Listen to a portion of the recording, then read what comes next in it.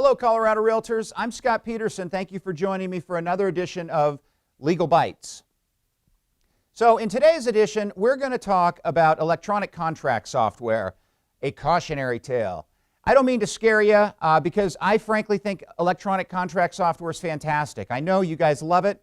I know your clients love it. It makes it so much easier to send contracts around, have them digitally signed, submit offers, counters, amend, extends. It's pretty darn convenient, a lot better than the old days of hard copies and fax machines and the way we used to do business. So I'm not knocking it, but if you're going to use it, I want to point out a few things that you need to be thinking about as you're using it and some problems that I see, particularly through the legal hotline, and issues that I see through the legal hotline that I want to talk to you about today. So as a threshold matter, you have a duty of care to your client, right? Whether you're representing somebody as an agent or you're working with them as a transaction broker, it's the same duty of care that's imposed by license law. That duty of care is that you're going to act with reasonable skill and care. That's the duty that you owe your client as you're working with them, and it goes to kind of your competency.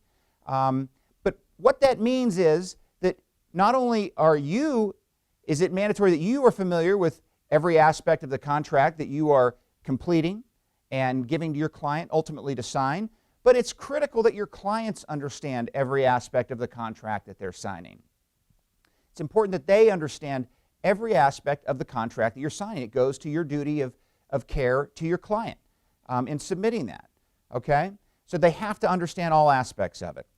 The challenge I see with e-contracts is that it's not like the old days where you would fill out a contract, drive over to your client, sit down maybe at the kitchen table with them, walk through the contract terms, and have a discussion about the entire contract before they sign it.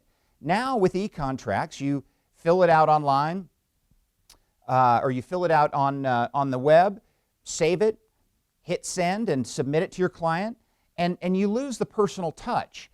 But also, when you're completing that contract, you're often going tab, tab, tab, and you check a box, and you tab, tab, tab, and you fill in a blank, and you tab, tab, tab, and you check a box.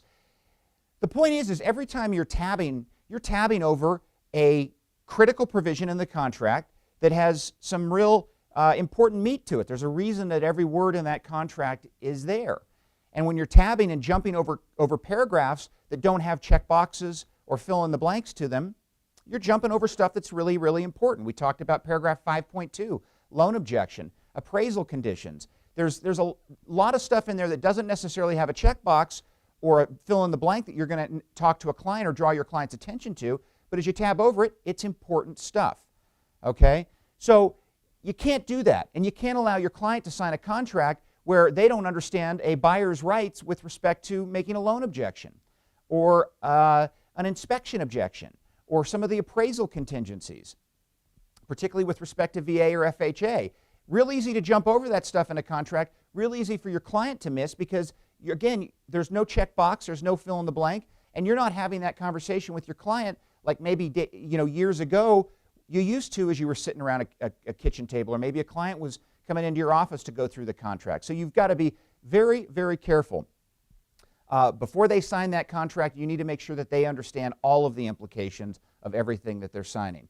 Another thing that I get a lot on the hotline is just a mistake. A client's excited, they're nervous, they're not used to working in the electronic contract software that you're using, and for some reason they sign the wrong document, or you've submitted multiple offers to them and they sign the wrong offer, or they sign the wrong counter that you've provided, or you've provided them with multiple counters. So it's very easy for things to slip through the cracks when you're emailing stuff around to your client and you're having them sign digitally.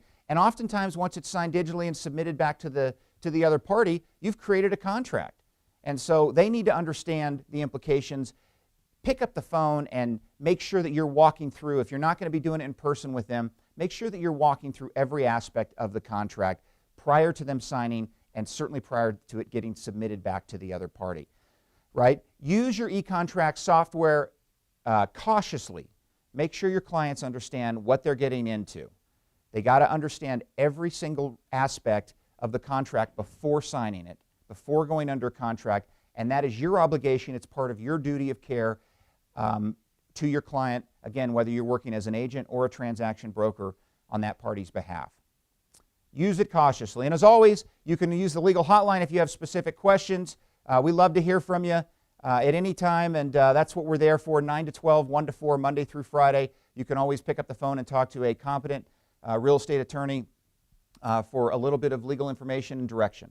Thanks so much again for joining us today on another edition of Legal Bites.